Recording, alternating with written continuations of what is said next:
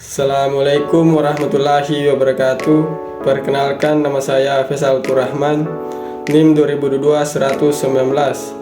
Baik, pada kesempatan kali ini saya akan menjelaskan 5 nomor. Langsung saja. Nomor 1, pengertian dan konsep dasar dari ijarah dalam perbankan. Ijarah adalah istilah dalam perbankan syariah yang merujuk pada perjanjian sewa antara dua pihak, di mana satu pihak pemilik aset atau lessor menyewakan asetnya kepada pihak lain, penyewa atau lessee, dengan imbalan pembayaran sewa yang telah disepakati. Konsep dasar ijarah mirip dengan leasing dalam sistem keuangan konvensional, namun sesuai dengan prinsip-prinsip syariah dalam ijarah, pemilik aset tetap memiliki aset tertentu, sementara penyewa memperoleh hak untuk menggunakannya selama jangka waktu tertentu. Baik, soal kedua, mekanisme pelaksanaan transaksi ijarah dalam perbankan syariah, terutama dalam konteks pembiayaan kendaraan bermotor. Mekanisme pelaksanaan ijarah dalam pembiayaan kendaraan bermotor umumnya melibatkan beberapa langkah sebagai berikut. Yang pertama, pengajuan dan evaluasi. Nasabah mengajukan permohonan pembiayaan kendaraan bermotor kepada bank syariah. Bank kemudian mengevaluasi kelayakan nasabah berdasarkan berbagai kriteria seperti kemampuan finansial dan riwayat kredit. Yang kedua, pembelian aset oleh bank. Setelah permohonan disetujui, bank syariah akan membeli kendaraan bermotor dari dealer atau penjual sesuai dengan spesifikasi yang diinginkan oleh nasabah. Yang ketiga, perjanjian ijarah.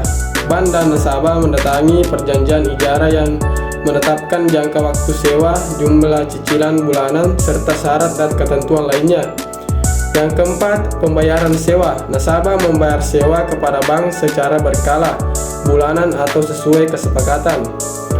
Pembayaran ini mencakup biaya penggunaan kendaraan dan margin keuntungan bagi bank. Yang kelima, kepemilikan akhir.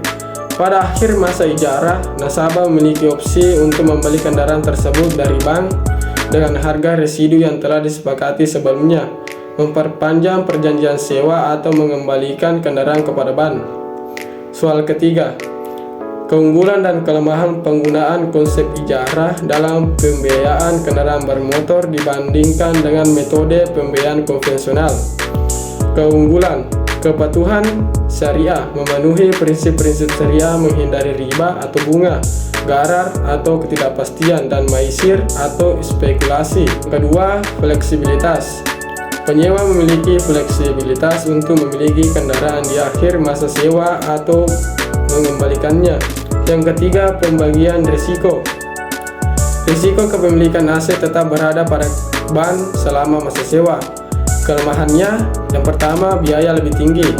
Seringkali total biaya sewa bisa lebih tinggi dibandingkan dengan pembiayaan konvensional karena margin keuntungan bank. Yang kedua, kompleksitas administratif. Proses administrasi dan dokumentasi bisa lebih kompleks karena harus memenuhi persyaratan syariah. Yang ketiga, ketidakpastian harga residu. Penetapan harga residu yang adil dan transparan bisa menjadi tantangan. Soal keempat, pengelolaan risiko oleh bank dalam transaksi ijarah, khususnya dalam pembiayaan kendaraan bermotor. Bank syariah mengelola risiko dalam transaksi ijarah melalui beberapa strategi. Yang pertama, penilaian kredit yang ketat. Melakukan evaluasi kredit yang ketat untuk memastikan nasabah memiliki kemampuan membayar sewa. Yang kedua, asuransi. Mewajibkan asuransi pada kendaraan yang dibiayai untuk melindungi aset dari kerusakan atau kehilangan. Yang ketiga, pemantauan berkala. Melakukan pemantauan berkala terhadap kondisi kendaraan dan kepatuhan nasabah dalam pembayaran sewa. Yang keempat, ketentuan jaminan. Memiliki ketentuan jaminan mengenai atau anggunan yang dapat dieksekusi jika nasabah gagal memenuhi kewajibannya. Yang kelima, penetapan harga residu yang adil. Menetapkan harga residu yang realistis dan adil untuk menghindari ketidakpastian di akhir masa sewa. Soal kelima, tanggung jawab etis dalam pelaksanaan transaksi ijarah. Bank syariah memiliki tanggung jawab etis yang mencakup beberapa aspek. Yang pertama, keadilan. Memastikan bahwa semua perjanjian dilakukan secara adil dan transparan tanpa eksploitasi terhadap pihak manapun. Yang kedua, transparansi, memberikan informasi yang jelas dan lengkap kepada nasabah mengenai hak dan kewajiban dalam perjanjian ijarah. Yang ketiga, manfaat bersama, mencari keseimbangan antara keuntungan bank dan kemampuan nasabah untuk membayar sehingga tidak membebani nasabah secara berlebihan.